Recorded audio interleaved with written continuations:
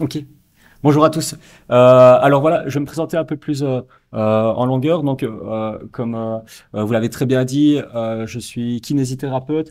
Je suis kinésithérapeute du sport, mais aussi au sein du CPMO où j'interviens dans cette prise en charge. En même temps, je suis éducateur physique et je viens de commencer une thèse au sein du département des sciences de la motricité, notamment sur l'activité physique adaptée chez les adolescents en situation de surpoids. Alors, ici, donc, on a un continuum de prise en charge du patient en situation d'obésité vers la pratique de l'activité physique. On a travaillé avec Alexandre Mouton, qui est mon promoteur de thèse, sur ce continuum. Alors, dans un premier temps, on a cette prescription d'activité physique qui est faite par les acteurs de première ligne. Les acteurs de première ligne, c'est vous, médecins. Euh, Justement, vous avez cette possibilité de promouvoir l'activité physique. Ok. Alors, soit vers directement des programmes d'activité physique adaptée collective, ou alors rediriger vers les kinésithérapeutes. Ok. Et le but, c'est de pouvoir pérenniser cette pratique d'activité physique. Alors, quel est l'intérêt de la kinésithérapie dans la prise en charge de l'obésité? Plusieurs intérêts. Alors, le premier, c'est la gestion des pathologies qui sont associées à l'obésité. Ensuite, c'est une prise en charge qui est individualisée et surtout adaptée via une évaluation, mais aussi via le traitement. Ensuite, il y a cette promotion d'activité physique qui est hyper importante dans la prise en charge. Tout ce qui est support psychologique et motivationnel, ça va de pair avec la promotion de l'activité physique, la prise en charge individualisée et la gestion des pathologies. Ensuite, on a cette communication pluridisciplinaire. Alors, on a présenté le CPMO où là, on a cet aspect pluridisciplinaire, mais je pense que les kinésithérapeutes et aussi les médecins peuvent avoir cette communication. À mon sens, ça se fait pas encore assez. Okay. Donc, on n'a pas encore assez de kinésithérapeutes qui reviennent vers les médecins par rapport à la gestion d'une pathologie. Okay. On n'a pas aussi cette communication entre les kinésithérapeutes, mais les psychologues aussi. Okay. Donc, ça pourrait être super intéressant d'avoir ce genre de travail et ce genre de collaboration, même en dehors du cadre hospitalier. Alors, quelles sont les pathologies musculo-squelettiques qui sont associées à l'obésité? Dans un premier temps, on a l'ostéoarthrite au niveau du genou, de la hanche, mais aussi de la main. Tout ça dû au surpoids. Ok. Alors, ensuite, on a des douleurs lombaires. D'un point de vue biomécanique, on a ce tilt au niveau du bassin où là, on amène des contraintes supérieures au niveau du disque intervertébral, mais aussi au niveau des facettes. Okay. Ensuite, on a l'hyperostose squelettique idiopathique diffuse, des troubles de la démarche, une affection des tissus mous, par exemple le syndrome du canal carpien qu'on retrouve assez régulièrement, et des fasciites plantaires. L'ostéoporose aussi, la goutte, la fibromyalgie, et puis des troubles de tissu conjonctif comme la polyarthrite rhumatoïde. Alors, quelle est la prise en charge qu'on pourrait conseiller? C'est une prise en charge qui est individualisée, mais aussi adaptée. Par rapport à la littérature, il y a certaines guidelines qui ont été mises en place. Dans un premier temps, on a cette évaluation des antécédents médicaux. Okay. Ensuite, on a cet aspect évaluation aussi du niveau actuel d'activité physique, que ce soit chez les enfants, chez les adolescents, mais aussi chez les adultes. C'est encore plus important. Et puis, on a la mise en place d'un programme d'activité physique qui est individualisé. Okay. Une adaptation aussi progressive de ce programme. Puis la prescription d'un programme d'entraînement cardiovasculaire. On a aussi la prescription d'exercices de renforcement musculaire et puis la prescription d'activité physique d'intensité modérée. Alors théoriquement, on a les 30 minutes par jour, 3 à 5 fois par semaine. Tout ceci, c'est très théorique, d'accord? Ensuite, on va voir un peu ce qu'on fait en pratique par rapport à cette prise en charge basée sur la littérature. Alors, d'un point de vue évaluation clinique, on a d'abord l'anamnèse. Personnellement, au sein du CPMO, mon anamnèse va porter sur les pratiques de l'activité physique. D'abord, voir ce que l'enfant ou l'adolescent perçoit comme activité physique. Qu'est-ce que c'est pour lui? Généralement, ce qu'on retrouve, c'est l'activité physique, c'est du sport. Alors, le sport fait partie de l'activité physique. Par contre, l'activité physique n'est pas que du sport. Ok. on a plusieurs catégories d'activités physiques, notamment les loisirs sportifs, des loisirs non sportifs. Par exemple, aller jouer avec ses potes, hein, on en a parlé la dernière fois lors de votre présentation. On a aussi les activités de déplacement, c'est partir de chez soi et aller à l'école à pied, à vélo. On voit beaucoup de trottinettes. Ok, pourquoi pas, ça va. On a aussi des activités physiques qui sont fonctionnelles. Ok, donc par exemple, pour les adultes là, c'est plus travailler. Et on a tout ce qui est ménager aussi, d'accord. Donc ça fait toujours sourire les parents quand on dit est-ce que tu aides ta maman au final pour faire le ménage? Pas forcément, mais tu devrais. Et là, on voit le sourire des parents, ils sont tout contents de dire ça. Donc là, c'est un petit plus à mettre dans la consultation. Ensuite, dans l'anamnèse, on a recherché tout ce qui était activité physique, mais aussi tout ce qui est sédentarité. D'accord? On pose la question, est-ce que tu sais ce que c'est la sédentarité? Mais c'est un mot qui est compliqué pour eux. Au final, c'est le contraire de l'activité physique. D'accord? La sédentarité, c'est toutes les périodes durant lesquelles on ne bouge pas. On a plusieurs périodes de sédentarité qui sont au final obligatoires. Okay, par exemple, dormir, c'est de la sédentarité, mais on a besoin de dormir. Okay, aller à l'école, on a besoin d'aller à l'école, donc c'est de la sédentarité. Par contre, quand on rentre chez soi, voilà, qu'est-ce que tu fais en rentrant chez toi? Quelles sont tes habitudes? Alors, bien souvent, c'est je dépose mon sac, je vais faire mes devoirs. Ok, c'est utile. Et après, qu'est-ce qui se passe? Je suis devant mes écrans. Ok, les écrans, ça reste un fléau. Ok, que ce soit pour vous, mais pour eux aussi, d'accord? Donc ici dans la salle, je suis sûr et certain que si on regarde notre temps passé derrière un écran, c'est un temps qui est astronomique. On a peur parfois de voir ça, qu'on passe 4 à 5 heures derrière son écran. Je ne vous juge pas, je suis pareil, d'accord? Je suis pareil. Donc voilà, là le conseil que je donne aux parents et même aux adultes, c'est d'éviter de les culpabiliser. C'est dire, voilà, c'est un effet de société, c'est comme ça, on peut pas y faire, ça reste quelque chose comme une sorte de drogue, hein, on peut dire ça comme ça. Mais c'est pouvoir entrecouper ces éléments de sédentarité. Ok, j'ai passé 20 minutes, je regardais une petite vidéo, je dépose mon téléphone, je vais bouger, je vais faire autre chose. Au moins 3, 4, 5 minutes. Et puis au fur et à mesure, on va se dire, ok, j'ai plus forcément besoin de mon téléphone, je vais bouger parce que je me sens mieux en bougeant. Ok. Alors, ensuite, on a les antécédents médicaux, mais aussi les antécédents en termes de pathologie musculo-squelettique. Qu'est-ce qui s'est passé? Est-ce que tu as déjà eu une blessure quelque part? Alors, parfois, on me dit, oui, j'ai eu une coupure la semaine dernière. Ok, c'est très bien, mais bon, voilà, est-ce que tu t'es déjà cassé quelque chose? Est-ce que tu as déjà eu des entorses? Est-ce que tu as déjà eu mal au dos ou au genou? Voilà, qu'est-ce qui se passe? Et en fonction, là, ça nous ouvre la discussion par rapport aux pathologies.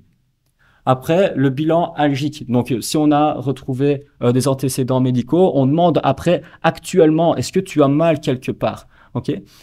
Donc, actuellement, ou alors les dernières heures, les derniers jours. Et là, on fonctionne via un body chart. Les kinés, il y a 26 kinés ici. Je pense que vous savez ce que c'est un body chart, c'est une représentation du corps humain. Et là, le patient va pouvoir décrire sa douleur et montrer sa douleur. Et en fonction, on peut discuter par rapport à ça, par rapport à l'étiologie de la douleur.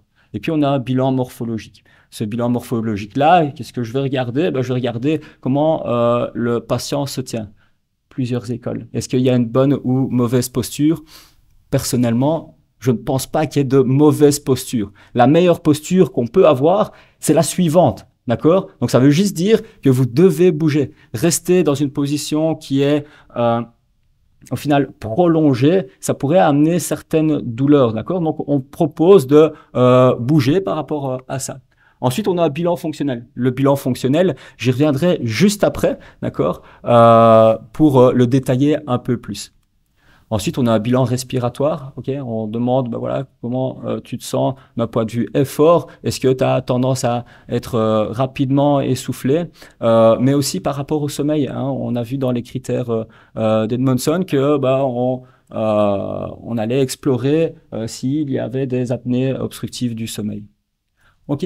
Alors, Évaluation de l'activité physique et de la sédentarité, j'en ai parlé, il y a plusieurs moyens. Donc, soit on exprime par soi-même, ou alors il y a des questionnaires qui existent aussi, notamment le Ritchie et Gagnon. C'est un questionnaire d'auto-évaluation. Alors, ça, c'est assez compliqué à mettre en place, que ce soit pour les enfants, mais aussi les adolescents et les adultes, parce que c'est des données qui sont auto-rapportées, d'accord? Donc, on va demander, voilà, dans les 7 derniers jours, est-ce que tu peux quantifier ton nombre de minutes d'activité à intensité modérée soutenue?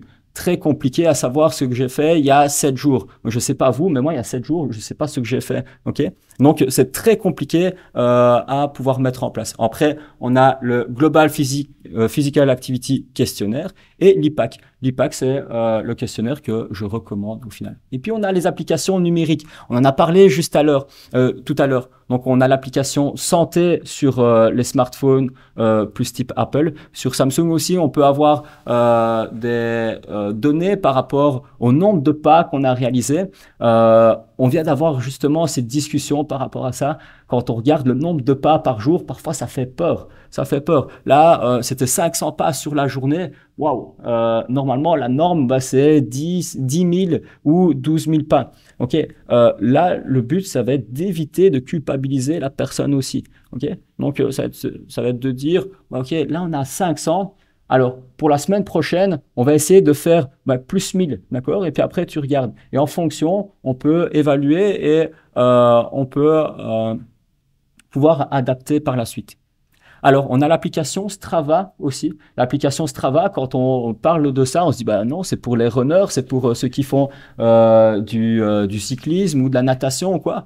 Pas forcément, pas forcément. Sur l'application Strava, on peut ajouter des activités. D'accord? Donc, dans l'ajout de l'activité, on pourrait mettre, ben voilà, là, aujourd'hui, je viens de faire 1 heure d'activité physique, 1 heure de kinésithérapie. Et puis, au final, ça va être un journal. C'est un journal, un carnet de suivi de son taux d'activité physique sur la semaine. Puis, au fur et à mesure, on a ce rapport qui est fait via cette application Strava. Et puis on en a parlé, le rapport hebdomadaire du temps d'écran qu'il faut parfois prendre avec des pincettes. Et puis c'est situation informelle où on recense des moments d'activité physique et de sédentarité. Alors, par rapport au traitement, c'est un traitement qui est actif, d'accord? J'insiste par rapport à ça, d'accord? C'est un traitement qui est actif. Mais le plus important, c'est qu'il doit être adapté. D'accord? Toujours adapté à la personne. Pour ça, c'est via l'évaluation fonctionnelle qu'on fait.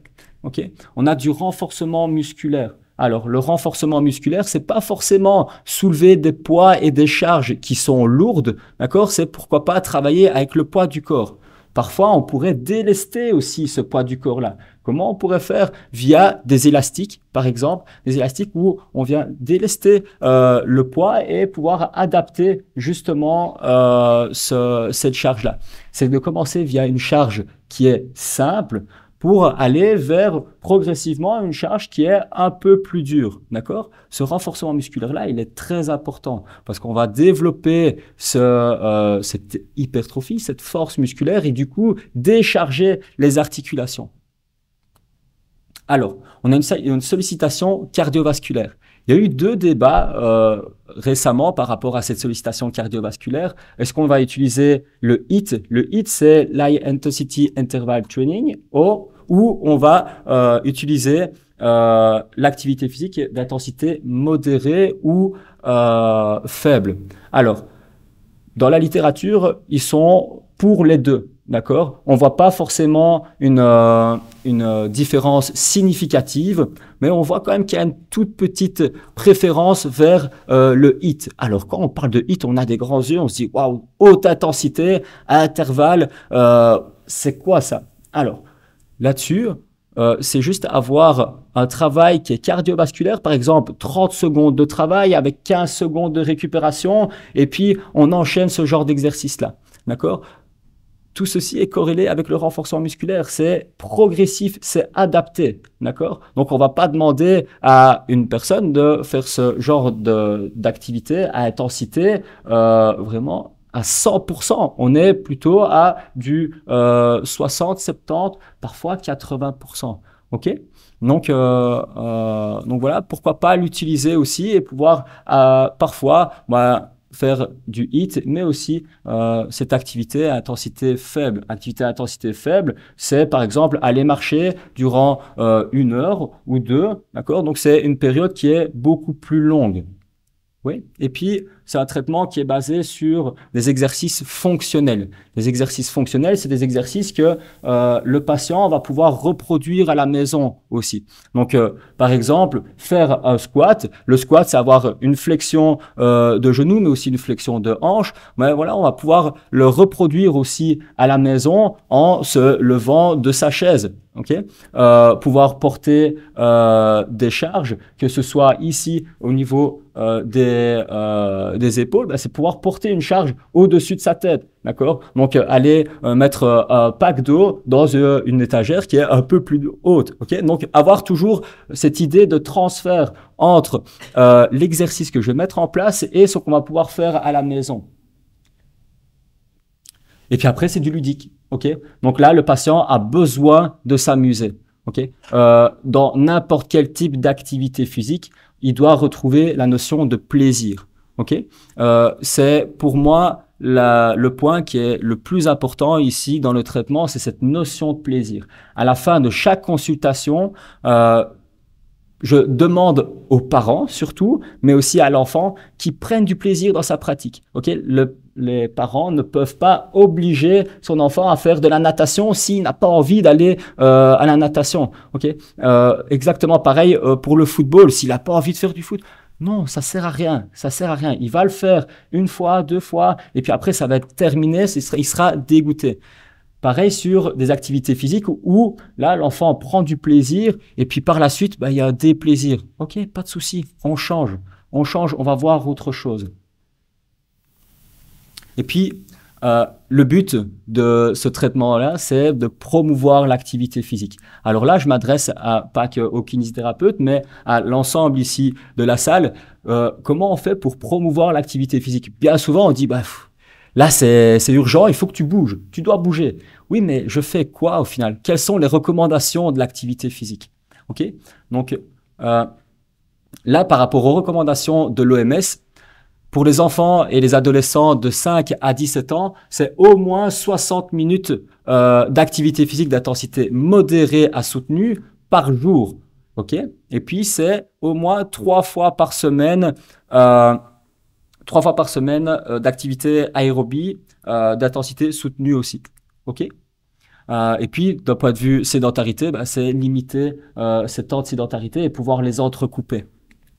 Alors, pour les adultes, c'est au moins 150 à 300 minutes d'activité physique à intensité modérée ou alors 75 à 150 minutes d'activité physique soutenue. Okay. Alors, la différence entre modéré et soutenu, modéré, c'est un petit indicateur, c'est pouvoir maintenir une conversation durant l'activité physique. Soutenu, là, par contre, le souffle est un peu plus accéléré et donc pouvoir maintenir une conversation, ça devient compliqué, d'accord? C'est quelques mots, quelques phrases qu'on pourrait dire. On a aussi des activités d'intensité, des activités musculaires et de renforcement musculaire. Ensuite, pour la sédentarité, voilà, c'est exactement la même chose. Donc, c'est limiter ces temps de sédentarité et pouvoir les remplacer par des périodes d'activité. Pour les seniors, on retrouve ces 150 à 300 minutes d'activité physique modérée, ces 75 à 150 d'activité physique soutenue, et on rajoute aussi au moins 3 fois par semaine des activités où là, ils vont solliciter un peu plus des exercices d'équilibre, des exercices de souplesse et des intensités un peu, ouais, voilà, c'est un peu moins soutenu, ok, mais beaucoup plus fonctionnel. Point de vue sédentarité, on retrouve la même chose, on remplace ces moments de sédentarité. Pour les malades chroniques, au final, ce qui nous apporte ici, vu que l'obésité est reconnue comme une maladie chronique, on retrouve exactement les mêmes recommandations que pour les seniors. Okay. Alors, si vous devez retenir quelque chose ici, c'est ces messages clés qui sont prodigués par l'OMS. Donc, premièrement, l'activité physique, elle est bonne pour le cœur, le corps et l'esprit. D'accord? Ça, il faut absolument faire rendre compte ça aux patients. Ensuite, toute quantité d'activité physique vaut mieux qu'une activité physique et le plus, c'est le mieux. D'accord? Donc, on n'a pas forcément cet effet où ben, voilà, on va pas faire de trop, mais toujours bien être progressif, d'accord, dans cette prise en charge.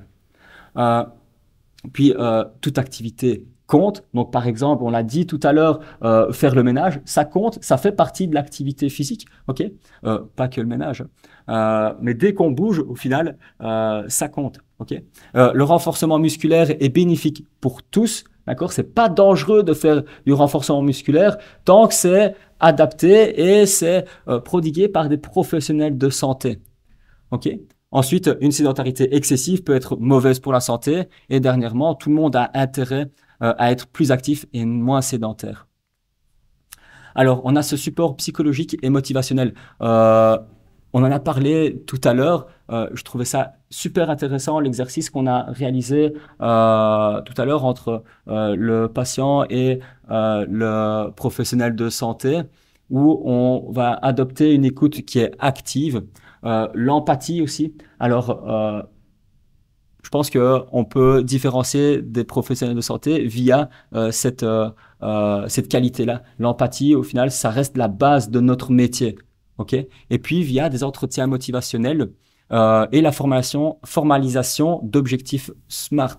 Alors, ça veut dire quoi, ces objectifs SMART? Ça veut dire que si on met en place un objectif, par exemple, comme tout à l'heure, où on s'est dit, bah, on va passer de 500 pas à 1000 pas, il faut que ce soit organisé, cet objectif-là. Donc, on doit le mettre en place dans un temps qui est bien spécifique. Donc, par exemple, la semaine prochaine, tu vas essayer de passer de 500 à, ben, pourquoi pas, 1000, d'accord?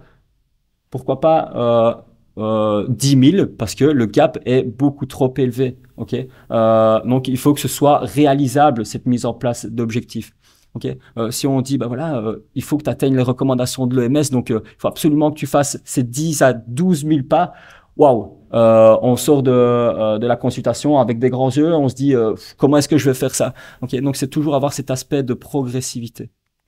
Et tout ceci, ça permet de stimuler cette motivation qui est intrinsèque. Okay, la motivation où ça vient de nous, c'est notre capacité au changement n'est pas due au fait que le professionnel de santé nous a obligés de faire ça, mais nous, on doit s'en rendre compte via l'écoute active, via l'empathie, via l'entretien motivationnel et la formalisation d'objectifs qui sont mis en place en collaboration entre le patient et le thérapeute.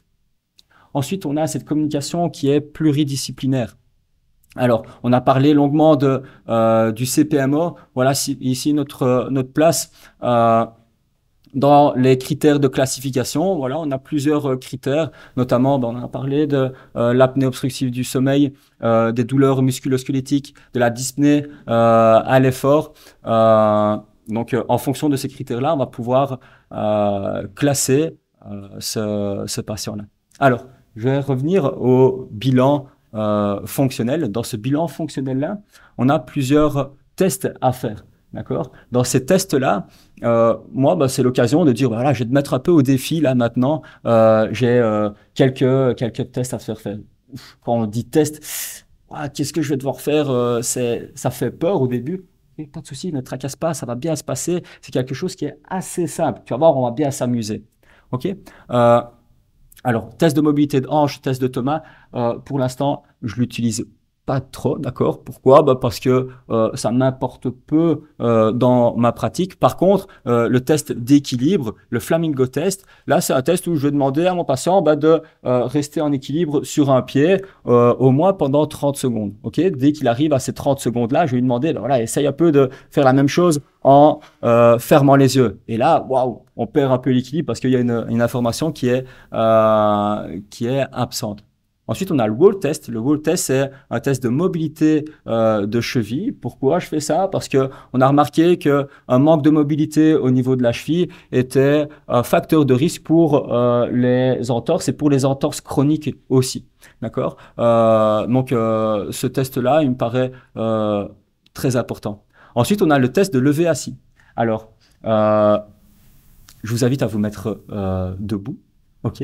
Tout le monde, allez-y, comme ça on bouge un petit peu. Alors, le test de lever assis, comment ça se passe? On a les mains qui sont croisées au niveau des épaules et je vais vous demander de vous asseoir et de vous mettre debout le plus de fois possible en 30 secondes, d'accord? Ça va vous permettre de déjà faire un peu d'activité physique, ok? On le rappelle assez souvent, hein, d'accord? C'est pas que les patients qui doivent se mettre en activité, mais nous aussi, ok? Alors, donc je valide uniquement la répétition. J'ai cette extension au niveau de hanche, de genou, mais aussi de cheville. Donc ici, je vais m'abaisser comme ceci, toucher, d'accord? Pas obligé de s'asseoir complètement, et puis après je vais me relever. Je suis obligé de me relever complètement pour valider cette répétition-là, d'accord? Est-ce que vous êtes prêts? Oui, j'enclenche mon chrono.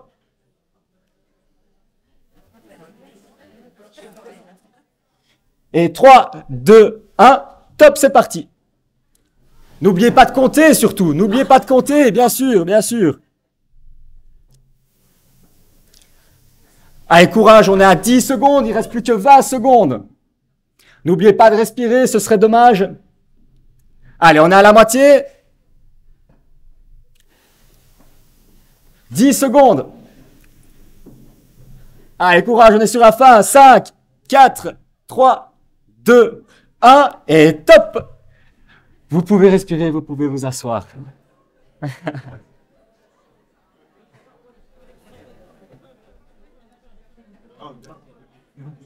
Alors, je vous laisse reprendre votre souffle.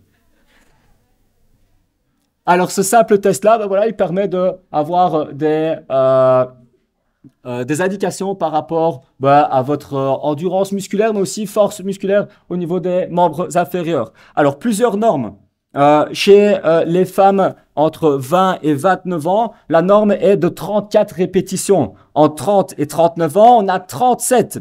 Entre 40 et 49 ans, on a 34. Donc, ça, c'est pour les femmes. Pour les hommes, entre 20 et 29, la norme est à 38. Entre 30 et 39, on est à 43. Et entre 40 et 49, on est à 36. D'accord? Ce sont des normes. D'accord? Ne vous inquiétez pas. Ne vous inquiétez pas si vous n'êtes pas dans les normes. Il n'y a pas de souci, vous n'êtes pas en mauvaise santé. Bien loin de là. OK. Alors, ensuite, dans la continuité de mon bilan fonctionnel, là, je vais mesurer la distance main-dos. D'accord? La distance main-dos, c'est arriver ici comme ceci et pouvoir toucher le bout des doigts ou voire parfois interposer les mains. Distance doigt seul aussi. Donc là, c'est mesurer cette souplesse au niveau de la chaîne postérieure. Et puis, on a ce test de 6 minutes de marche. Ok, c'est un test qui nous est imposé par l'INAMI, ok, pour pouvoir généralement faire des études et avoir des points de comparaison. Durant ce test de 6 minutes de marche, on sort de notre bureau et on va dans le couloir. Alors, nous, on a un couloir qui fait 20 mètres aller-retour et on fait ce test où on doit faire le plus d'aller-retour possible en 6 minutes. C'est de la marche, on ne peut pas courir. D'accord? En fonction, on peut avoir quelques indications. Quoi comme indication? La distance déjà, mais aussi je prends généralement la fréquence cardiaque, voir où il se trouve par rapport à sa fréquence cardiaque et avoir quelques indications. Mais aussi, je prends le RPE. Alors, le RPE, c'est la sensation, c'est l'intensité de l'effort, d'accord, sur 10. D'accord? Donc, généralement, je dis, bah voilà, 0 sur 10, c'est dormir au final. C'est un effort qui est très, très faible. Et 10 sur 10, c'est le pire effort que tu aies jamais fait. Où tu te trouves par rapport à ça via ce test-là? Qu'est-ce que tu en penses? Puis après, voilà, on te répond, c'est 4, 5, 6 sur 10.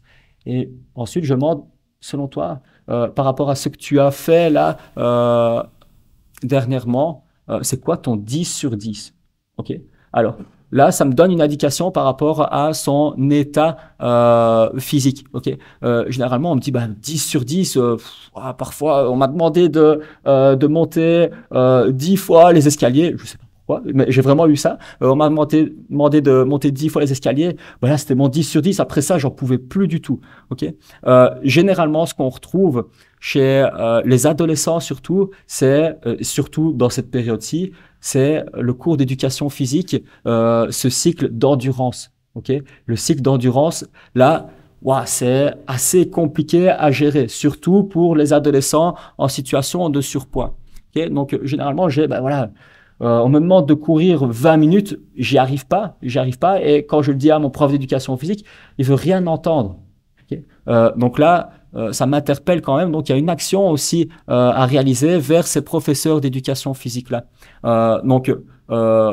Généralement, je propose d'avoir une discussion d'abord élève, professeur d'éducation physique. Si ça passe pas, élève, parent, éducateur physique. Et si ça passe vraiment pas, là, je propose qu'on se rencontre avec l'éducateur physique pour pouvoir justement parler de son cycle d'endurance. Et puis, on a ce bilan respiratoire.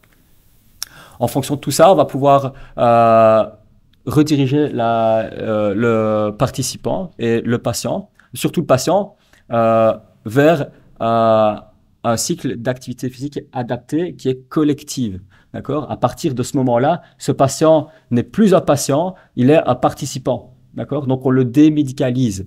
Et là, il va intégrer ce cycle d'activité physique pour espérer par la suite qu'il intègre un cycle d'activité physique qui est encadré, mais de manière locale, donc dans de l'associatif. Alors, plusieurs exemples d'activité physique adaptée. Là, en ce moment, on réalise un cycle d'activité physique adaptée chez les adolescents en surpoids et obèses au sein du département des sciences de la motricité. Donc, tous les samedis, on invite ces jeunes-là à participer à une période d'activité physique de 2 heures. 1 heure consacrée à un entraînement cardiovasculaire, musculaire, toujours adapté, toujours de façon ludique. Et puis après, l'autre heure, là, on propose une activité qui est beaucoup plus ludique où ça renforce les liens sociaux. Le but final de cette activité-là, c'est de participer aux 24 heures télévie. Donc là, on crée une équipe d'adolescents qui vont pédaler pendant 24 heures, d'accord ? En relais, bien sûr. Ça, c'était pour la partie adolescent. Ensuite, on a la partie adulte. Donc, le CHU et l'Université de Liège ont travaillé en collaboration pour mettre en place ce projet de citoyens en mouvement pour ma santé. Donc ça, c'est comparable à ce qu'on fait pour l'instant avec les adolescents. Donc, c'est un cycle d'activité physique qui est totalement gratuite. Où là, on propose 1h30 d'activité physique qui est divisée en plus ou moins 30 minutes d'échauffement, d'exercice d'équilibre, 30 minutes de renforcement musculaire, entraînement cardiovasculaire, et puis 30 minutes de retour au calme avec des exercices qui sont un peu plus axés sur la respiration, sur le bien-être. Ok ? Voilà ce qui est fait là pour l'instant. Et là, le but, après ces cycles-là, c'est de le rediriger vers les centres sportifs locaux pour avoir cette action de pérennisation de l'activité physique. Ok ? Voilà. Merci à vous.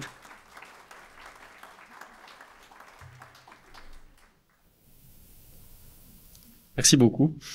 Est-ce qu'il y a des questions ? Moi, j'avais juste une petite question par rapport aux tests qui se font dans les écoles, là. Parce que les enfants sont en secondaire et en deuxième, donc ils ont fait le test course, 20 minutes. Mais alors, ils sont pesés, ils sont mesurés et on mesure leur masse grasse. Ok. Et je me demandais si c'était vraiment le lieu et l'endroit pour le faire. Ouais. Alors, j'ai pas encore. Fait par les profs d'éducation physique. Ah ouais, ok. Et c'est accepté par la direction, on a été mis sur le fait accompli. D'accord, ouais. C'est vrai que c'est particulier. En tout cas, c'est pas forcément recommandé. Je vois pas trop l'intérêt non plus, si ce n'est pouvoir avoir une évaluation de l'évolution de tous ces paramètres-là au début du cycle et puis après à la fin du cycle. Mais mis à part ça, je vois pas trop l'intérêt. Ben, bien sûr, ouais. Donc, c'est là l'intérêt de pouvoir former les professeurs d'éducation physique dans cette sensibilisation à l'obésité et au surpoids. Donc, c'est pas, donc, là, ici, dans le programme qui est mis en place au sein de l'Université de Liège en sciences de la motricité, c'est les études d'éducation physique à l'UNIF. On a des cours d'activité physique adaptée. Dans ces cours-là, j'interviens pour justement sensibiliser les étudiants à la pratique d'activité physique en situation de surpoids et d'obésité. Donc, pouvoir avoir certaines adaptations et pouvoir comprendre surtout la situation. C'est ça pour moi le plus important.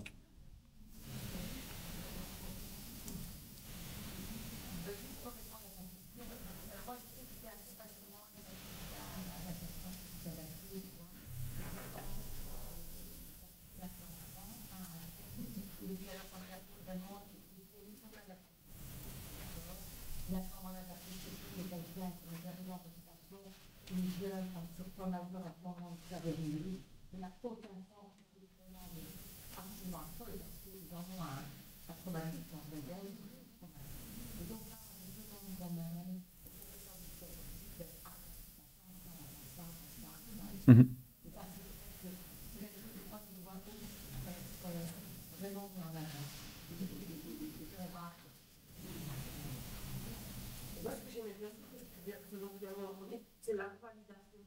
Ouais.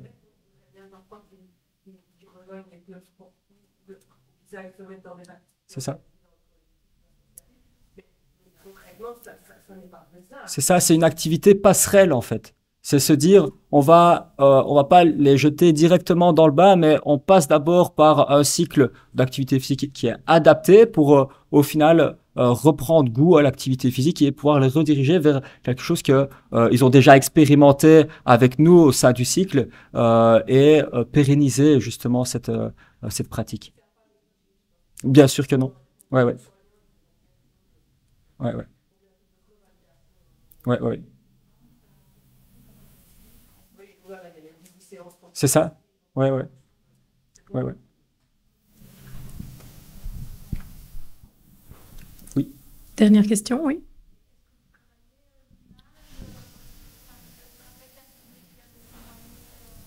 ouais,